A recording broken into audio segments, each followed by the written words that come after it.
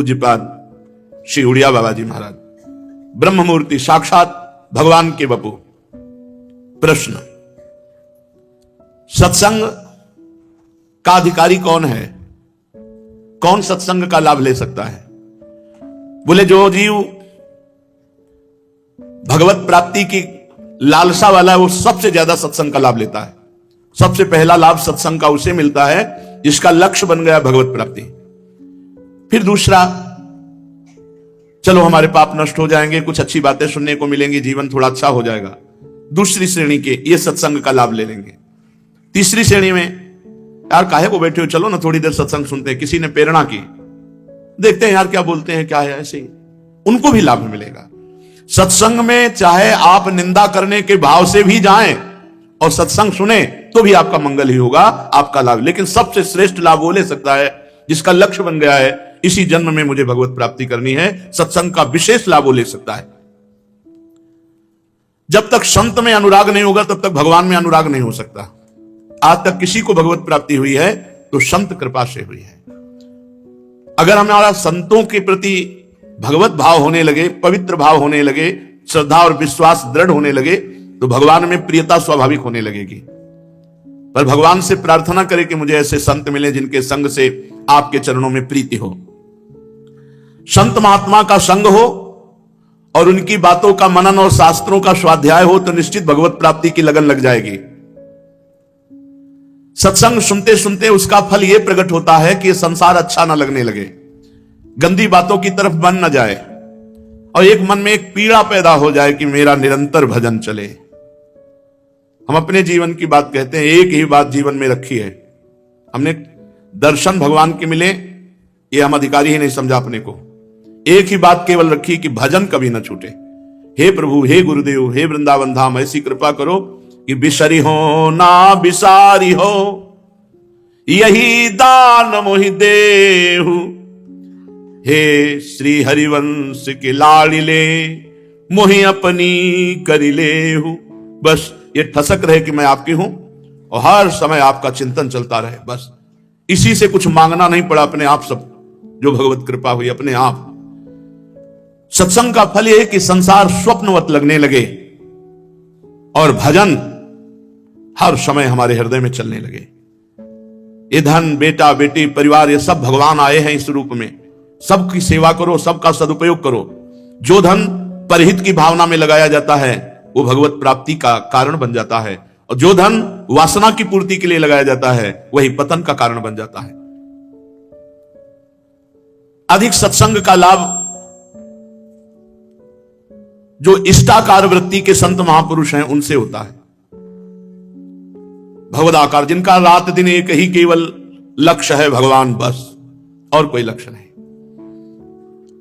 भगवान की आड़ में बड़ी वासनाओं की पूर्ति के खेल होते रहते हैं। इसी से भगवत साक्षात्कार की इच्छा बिल्कुल नहीं जागृत होती। जहां भोग और ऐश्वर्य में बुद्धि है वहां भगवत प्राप्ति की बात ही नहीं है। भगवान कह रहे हैं, भोगैश्वर्य प्रसक्ता नाम तया प्रहत चेतसाम व्यवसायत्मिका बुद्धि समाधो न विधीयते। जिसका लक्ष्य भोग और ऐश्वर्य है, नाम हो जाए, कीर्ति हो जाए, रुपया हो जाए, पैसा हो जाए, भोग मिले खूब, मनमानी, वो कभी संकल्प भी नहीं कर सकता कि मैं भगवत प्राप्ति करूंगा, सोच ही नहीं सकता। ये भगवान के वचन है। क्योंकि चित्त अपहृत हो चुका है भोगों में, तो चिंतन भोगों का होगा, भगवान का थोड़ी होगा। भोगैश्वर्य प्रसक्ता नाम तयापहृत चेतसाम, उसके चित्त का अपहरण कर लिया भोग संग्रह ऐश्वर्य ने। अब वो बुद्धि भगवान की प्राप्ति का निश्चय नहीं कर सकती, कोई भी हो। अधिक लाभ सत्संग का उन्हीं से होता है जिनकी इष्टाकार वृत्ति होती, भगवदाकार वृत्ति होती है।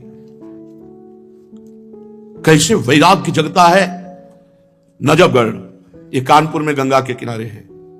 परम विरक्त परमहंस, लगभग 95 वर्ष की अवस्था के, हमारा जब जन्म भी नहीं होगा तब वो घर जाते आते रहते, संतों की सेवा होती थी। तो जब बचपन में से ही उनके दर्शन, उनका वचन सुनने को मिलता था, तो जब संत वेश में हुए उनके पास गए तो बहुत प्रसन्न हुए।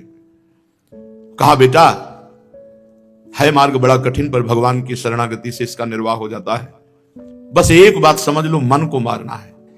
सांप जैसे बंदर के ऊपर प्रहार करता है तो बंदर अपनी चतुरता पूर्वक बचकर उसके फण को पकड़ लेता है, और बोले पेड़ पे रगड़ता, फिर कान पे लगाता, अगर सूं हुआ तो फिर।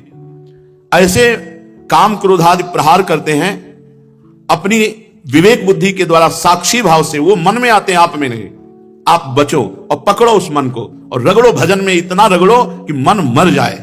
मन मार्या तन बस में की ना, हुआ भरम सब दूर, बाहर से कछ दिखत नाही, अंदर चमके नूर। आपो त्याग जगत में बैठे, नहीं किसी से काम, उनमें तो कछुअंतर नहीं, संत कहो चेहरा। पहला उपदेश दिया मन को मारो, दूसरा उपदेश दिया अहंकार को मारो। बोले कुत्ता को रोटी डालो, फिर डंडा दिखाओ भाग जाएगा, फिर पुचकारो, फिर रोटी, फिर आ जाएगा। बोले बेटा 7 बार एक जगह हमें दबकाया गया और दौड़ाया गया, 8वीं बार वही रोटी ली और चल दिया।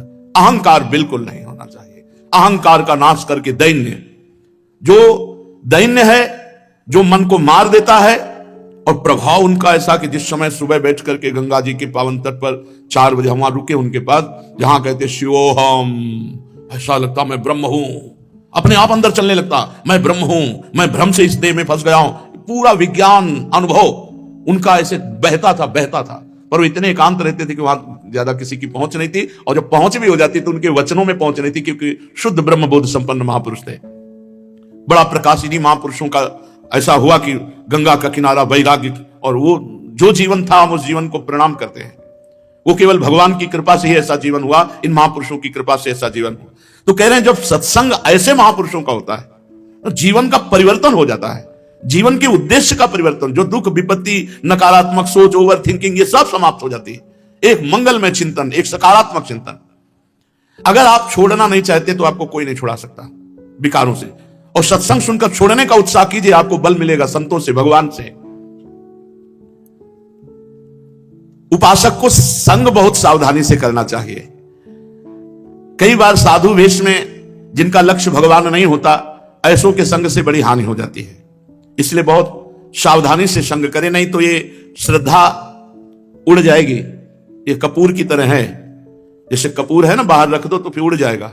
श्रद्धा को गुप्त रखो और समझ कर संग करो। अगर समझ कर संग करोगे तो कभी फेल नहीं होगे। कुसंग का बहुत बड़ा प्रभाव होता है। इसीलिए कहा है इष्ट मिले अरु मन मिले, मिले भजन रस रीति, तहां निसंक होए मिलिए, तासों की जय प्रीत। निसंक होके वहीं मिलो जहां अपने इष्टाकार वृत्ति का सत्संग हो रहा है, जहां हमारी उपासना मिल रही, नहीं तो गड़बड़ हो जाएगा। देखो मन है, जहां लगा लोगे वहीं मन लग जाएगा। संतों से प्रीति करोगे तो आपके अंदर सात्विक लक्षण आ जाएंगे, और संतों के हृदय में भगवान होते हैं, भगवान का चिंतन चलता है, तो उनके संग के परमाणु आपका भगवान का चिंतन कराएंगे। पूज्य उड़िया बाबा, संत का ध्यान करोगे तो संत के ध्यान में भगवान है, आपका मंगल हो जाएगा। अधिक प्रेम करोगे, हिरन से प्रेम किया तो हिरन बन गए ना गले। अब देख लो आप चयन क्या करते हो। पूज्य बाबा कह रहे हैं जो जिसमें ज्यादा आसक्ति कर लेता है, हर समय उसका चिंतन होता रहता है, वो उसी योनि को प्राप्त होता है। बाबा तो इसमें महापुरुष जन तो निर्भय होकर के बोलते हैं, पर इसलिए अपनी आसक्ति को बदलो, प्रेम सबसे करो, भगवत भाव से करो, तो भगवान की प्राप्ति होगी। अगर भगवान से विमुख होकर किसी से भी आसक्ति करोगे तो वही तुम्हारे अगले जन्म का कारण हो जाएगा। जिस प्रकार संत पुरुषों का संग होता है, वैसी ही हमारे अंदर प्रवृत्ति जागृत होती है, वैसा ही चिंतन चलता है, वैसी स्थिति होती है। एक संत थे, वो कहीं जा रहे थे तो अपने साथियों से कह रहे थे कि संत जो होते सोते जागते हर समय राम में स्थित रहते हैं, संसारी पुरुष सोते जागते संसार में स्थित रहता है। तो उनका महाराज जी सोते हुए कैसे भगवान में स्थित हो सकते हैं। तो स्टेशन पहुंचे तो वहां एक आदमी अटैची रखे सो रहा था, तो ऐसे जाके बस ऐसे उसको स्पर्श किया, ऐसे ऐसे एकदम जैसे, मतलब भैया हम केवल इतना जानते हैं कि ट्रेन कब आने वाली। वो मार बिगड़ गया। और एक संत सो रहे थे, उनके समीप गए, ऐसे ऐसे छुआ, उनका राम राम राम राम सिया राम सिया राम। हाँ भैया। बोले महाराज जी ट्रेन कब आ रही है। उन्होंने बता, वो उठे तो राम राम, वो एकदम ऐसे। विभीषण जी उठे तो क्या बोले, राम राम तेहि सुमिरन कीन्हा, हृदय हरसी कपि सज्जन चीन्हा। ये भगवान के जन है। जहां हमारा चिंतन होता है वही सोते जागते हमारी स्थिति मानी जाती है। अगर आप जागरण में भजन कर रहे हैं तो आपका सोने का समय भजन ही माना जाएगा, निद्रा समाधि स्थिति पक्का समझो। इसलिए अभ्यास, आसक्ति, ये शब्द बड़े पावरफुल है। अगर ये जगत के चिंतन का अभ्यास, जगत की भोग वस्तुओं में आसक्ति, तो सर्वनाश। देखो राधा कुंड निवासी प्रिया प्रीतम में आसक्त चित्त से पूज्यपाद गोस्वामी श्री रघुनाथ दास जी महाराज, ध्रुवदास जी महाराज कह रहे सोवत हूं रसना रटे राधा कृष्ण सुनाम। वो सो रहे उनकी जी बोले राधा कृष्ण राधा कृष्ण राधा कृष्ण। इसलिए घर में आसक्ति करोगे, छिपकली बनकर उसी में चिपकना पड़ेगा। दीवार में मैंने बनाई तो ले आओ छिपकली बनकर। पूज्य राधा बाबा के चरित्र में नहीं आता कि एक सेठ जी बहुत पूरे मकान घर परिवार से, तो वहीं दरवाजे में कुतिया रहती थी, उसी के पिल्ला बन करके आए। तो राधा बाबा निकल रहे थे तो कों कर रहे थे, तो राधा बाबा ने अपनी दृष्टि से देखा, अरे बोले सेठ जी सेठ जी बोले हम कहते थे कि राम राम जपो कृष्ण कृष्ण जपो, तुम जपते नहीं थे, अब देखो बन गए ना कुत्ता, अब हमारा ही पिंड खा रहे हो, बार बार सामने पड़ रहे हो। सेठ के रूप में भी पढ़ते थे, पिल्ला के रूप में, अब उद्धार तो तुम्हारा हम करेंगे। राधा बाबा ने संकल्प किया और उनका कुत्ते की योनि से उद्धार किया। इसीलिए कहते हैं कि कैसे भी अगर संत की दृष्टि पड़ जाए, चाहे खींच कर चाहे रीझ कर, वो कल्याण ही कर देते हैं। जिस प्रकार संत पुरुषों का संग हो जाए तो परम मंगल ही होता है, ऐसे ही अगर कुसंग हो जाए तो पतन ही होता, पक्का पतन होता। इसलिए कुसंग से बचो। कुसंग की पहचान, जिसके संग से भगवान का स्मरण छूट जाए उसे कुसंग कहते हैं, सीधी पहचान। जिस वस्तु व्यक्ति स्थान के संग से भगवान का स्मरण छूटे, संसार अच्छा लगने लगे, वो भारी कुसंग है। सत्संग में जो रोज जाता है वो धर्मात्मा पुरुष बन जाता है, महात्मा बन जाता है, अधर्म से घृणा करने लगता है। उसके हृदय में भगवान से अनुराग, संसार से वैराग्य, अपने स्वरूप का ज्ञान, ये तीनों बातें होने लगती हैं जो सत्संग में जाता है। सत्संग की बड़ी महिमा है। सत्संग में जो जाता है उसे अपने छोटे से छोटे दोष चुभने लगते हैं, और सत्संग में सुनने वाला अपने दोष जब बर्दाश्त नहीं करता तो उसके दोष छूट जाते हैं। सत्संग करने वाले को इन बातों पर ध्यान देना चाहिए। किसी की हंसी नहीं उड़ानी चाहिए, किसी से क्रोध नहीं करना चाहिए, किसी की निंदा नहीं करनी चाहिए। ऐसी प्रतिज्ञा करनी चाहिए जो जो दोष हमारे अंदर, एक एक दोष को त्याग करने का कसम खाना चाहिए। मैं ये अब नहीं करूंगा, अब मैं ये नहीं करूं। धीरे धीरे हृदय निर्मल हो गया, भगवत कृपा पात्र बन गया। महाराज जी आजकल लोगों में नास्तिकता का भाव बहुत बढ़ रहा है, न जाने क्या इनकी गति होगी। ए भैया तुम अपनी गति की बात सोचो। पूज्यपाद उड़िया बाबा उत्तर दे रहे, जो दूसरों की तरफ देखता है उसका पतन हो जाता है। तुम अपनी गति की बात सोचो। जिस पुरुष का भजन में प्रेम हो, नाम जब खूब करता हो, वो परम शांति को प्राप्त हो जाएगा। उसे चाहिए किसी की भी निंदा न करे, नास्तिक की भी निंदा न करे। अरे कभी भगवान की उनके ऊपर भी कृपा होगी। बस ना ही तो हटना है, आस्तिक तो है ही है। नास्तिक ना और आस्तिक तो ना हट जाएगा, आस्तिक बच जाएगा। कभी कृपा तो उसके ऊपर भी हो जाएगी। एक आदमी बुरा कर रहा है, एक आदमी उसकी बुराई देख रहा है खड़े, समय तो दोनों का बर्बाद हो रहा है और गति दोनों की एक ही होगी। तो जैसे जुआ खेल रहे हैं दीपावली उसको, और जब सरकारी आदमी आते थे तो जुआ खेलने वालों को डंडा बाद में पड़ता था, देखने वालों के पहले पड़ता था। अरे बोले साहब हम तो देख रहे थे। बोले देख क्यों रहे थे आप? अरे बुराई तुम कर रहे हो, वही गति देखने वाले की होगी और वही गति उसकी निंदा करने वाले की होगी। इसलिए तुम दूसरे को नास्तिक क्यों देखते हो? तुम उनमें भगवत भाव करो। भगवान जिससे जैसा कराना चाहते हो करा लेंगे। देखो तुम श्रद्धालु हो तो तुम अपनी श्रद्धा और विश्वास को बचाओ और तत्वदर्शी महापुरुषों का संग करके भजनानंदी बनो और भगवान को प्राप्त हो जाओ। ना स्तुवीत न निंदेत कुर्वतः साधु साधुवा वदतो गुण दोषाभ्याम वर्जिता समद्रंग मुनि ना कुर्यान न वदेत किंचन ध्यायेत साधु साधुवा आत्मा रामो नया वृत्या विचरेत जडवन मुनि। मुनि कौन है? जो वेद शास्त्र और मंत्र का मनन करता है, शास्त्र की बातों का मनन, मंत्र का मनन, नाम का मनन करता है, मननशील को मुनि कहते हैं। जो मुनि होते हैं वो किसी के भी गुण दोषों का वर्णन नहीं करते। वो भगवत चर्चा, भगवत चिंतन, भगवत नाम जो, ना किसी के गुण ना किसी के दोष। सुनो तात मायाकृत गुण और दोष अनेक, गुण या उभय न देखी देखी स्वविवेक। किसी के बुरे कर्म की निंदा न करना, भले कर्म की भलाई न करना। ये बहुत बड़ा भला आदमी है तो दूसरे की निंदा करने का पॉइंट बन ही जाएगा। इसलिए ना किसी के गुण ना किसी के दोष, भगवत चर्चा। जो अपनी निंदा स्तुति होने पर हर्षित या शोकित नहीं होता, दूसरे की निंदा स्तुति करता नहीं, वो मुनि है। मुनि को चाहिए कि निंदा स्तुति दोष दर्शन गुण दर्शन से अपने चित्त को हटाकर निरंतर नाम और मंत्र में जगत से उदासीन हुआ भगवदाकार वृत्ति में रहे। आत्मा राम होने वृत्त्या विचरित जड़वन मुनि, अपने को पागल साबित कर दे, संसार के लायक नहीं, और खूब निरंतर भजन करे, न किसी की निंदा, न किसी की स्तुति, न किसी के गुण, न किसी के दोष। महाराज जी आजकल योग सिखाने वाले बहुत आ गए, योग सीखना चाहिए कि नहीं? पूज्यपाद दुड़िया बाबा, अरे बस भैया बस, वो योग नहीं सिखाते, वो योग नहीं है। योग तो है तेसाम सतत युक्ता नाम भजताम प्रीति पूर्वकम ददामि बुद्धि योगम तम ये नमामुपयांति ते। केवल भगवान नाम जप करो, तुम्हारी कुंडलनी जागृत हो जाएगी, तुम्हारे चक्रों का भेदन हो जाएगा, सब कुछ हो जाएगा।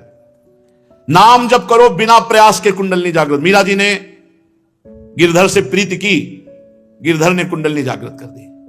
मीरा जी के चरित्र में आता है सब योग की सिद्धियां नाम में। भगवान कह रहे हैं तेसाम सतत युक्ता नाम भजताम प्रीति पूर्वकम, जो प्रेम पूर्वक नाम जप करते रहते हैं उनको मैं योग प्रदान करता हूं। आपको पता भी नहीं चलेगा, आपकी कुंडलनी जागृत हो जाएगी, आपके सच्चक का भेदन हो जाएगा, आप परम पद के अधिकारी बन जाएंगे, सब कुछ नाम से हो जाएगा।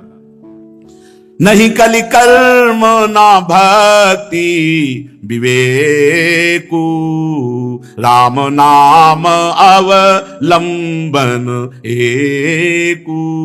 पूज्य बाबा कह रहे हैं कलयुग में और कोई धर्म कर्म सिद्ध नहीं हो, एकमात्र भगवान का नाम है जो तुम्हें सब सिद्धियां प्रदान कर देगा।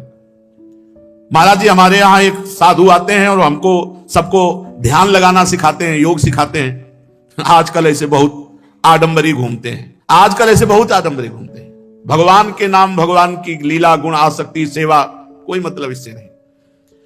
बाबा कह रहे हैं पूज्यपाद दुड़िया बाबा, अलीगढ़ में एक योगी आए थे, वो 5 रुपया लेकर बाबा के समय योग सिखाते थे। कई लोगों ने खूब रुपए दिए और योग सीखा, उनमें अधिकांश हमारी नजर में पागल बन गए, दिमाग खराब हो गया, कुछ उसमें से रोगी हो गए। भैया योग और भोग ये सीखने नहीं पड़ते, भोग की कहीं सिखाने वाली थोड़ी, सबको योग भगवान का स्मरण करो, स्वतः हो जाएगा। भगवान ने भी कहा है कि अष्टांग योगी और ज्ञान योगी और कर्म योगी तीनों से बड़ा मेरा जो भक्त है वो सबसे बड़ा, जो निरंतर मेरा चिंतन करता रहता है। आजकल के योग सिखाने वाले बहुत से ऐसे लोग हैं, ए भाई इनसे बचो, बाबा कह रहे हैं। अच्छा भजन नहीं करोगे तुम, फुस फस करके थोड़ा 10-5 दिन और लीवर ठीक कर लोगे और बढ़िया चाट पकौड़ी खा लोगे, मरोगे तो है ही है, अमर हो जाओगे क्या? अगर हर श्वास में नाम जप करोगे तो बढ़िया योग हो जाएगा। देखो ऊपर श्वास ले रहे, नाम जप देंगे, कुछ नहीं पकड़ना, मन प्रसन्न तो सब प्रसन्न, सब स्वस्थ हो जाओगे आराम से। कई बार बताया है कि इतना तो आराम से कह सकते हो, चाहे सोफा में बैठे हो चाहे जहां बैठे हो, नाम जप राधा राधा राधा राधा राधा राधा राधा राधा राधा, ऊपर जपते हुए ले जाओ और आराम से जपते हुए छोड़ दो, अपने आप प्राणायाम हो रहा है, अपने आप योग हो रहा है, क्योंकि भगवान का नाम ही परम योग है, भगवत स्मृति ही महान योग है। तपस्यो अधिको योगी ज्ञानिभ्यो अधिको, भगवान ने वर्णन किया है, तपस्वी से भी बढ़कर, ज्ञानियों से भी बढ़कर, कर्मकांडियों से भी बढ़कर नाम जापक जो भगवान का स्मरण कर रहा है। महाराज आजकल दीक्षा लेकर के साधक स्वतंत्र हो जाना चाहता है, तो स्वतंत्रता अच्छी है या परतंत्रता? गुरु की अधीनता अच्छी है या स्वतंत्रता? पूज्यपाद दुड़िया बाबा, परतंत्रता, गुरु की अधीनता। स्वतंत्रता का अर्थ है अपने भीतर जैसा स्फुरण हो उसके अनुसार कार्य करना। ऐसा दो करते हैं, या तो पागल और या सिद्ध पुरुष, जो सिद्ध हो गए हैं, जो स्फुरण हो रहा है साक्षात भगवान अब वहां को या मंगल, और या तो पागल जैसा मन है वैसा कर रहे हैं। सामान्य सिद्धांत के अंतर्गत ईश्वर की परतंत्रता, शास्त्र की परतंत्रता, गुरुदेव की अधीनता, यही होने पर परम लाभ की प्राप्ति होती है। संसार में स्वतंत्र तो वो है जिसने भगवत प्राप्ति कर ली, वो सिद्ध है। अब विषयान ग्रहणं तो मुंचन्तु वा, अब वो कहीं भी खेले वहां कोई उसकी आसक्ति थोड़ी है। देखो स्वयं भगवान वशिष्ठ जी की अधीनता, विश्वामित्र जी की अधीनता स्वीकार की, स्वयं भगवान श्री कृष्ण संदीपनी जी की आज्ञा पे।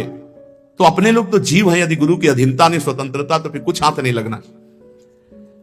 गंगा के किनारे हमने सिद्धों में स्वतंत्रता देखी है, पूज्य बाबा कह रहे हैं। अन्य को तो अधीन होकर के ही रहना चाहिए, नहीं तो वो अपने मार्ग से भ्रष्ट हो जाएगा। कैसे जाना जाए कि अब हम भगवत प्राप्ति के योग्य हो गए? पूज्य पादुड़िया बाबा उत्तर, जिसका मन एकाग्र है, किसी भी विषय भोगने की आवश्यकता नहीं है, बिल्कुल कोई इच्छा ही नहीं रह गई, किसी विषय में आसक्ति नहीं, किसी भोग की इच्छा नहीं, और निरंतर एकतार भगवत स्मृति चल रही। अब आप भगवान के नजदीक पहुंच चुके हैं, आपको भगवत प्राप्ति होने वाली है। फिर सुन लो, जिसका मन एकाग्र है, विषयों में बिल्कुल आसक्ति नहीं, किसी भी भोग की कोई इच्छा नहीं है, और निरंतर एकतार, रमा रमन एकतार, बिल्कुल भगवत चिंतन में डूबा, वो भगवत प्राप्ति के योग्य। अब किसी न किसी दिन भगवान उसे दर्शन दे देंगे।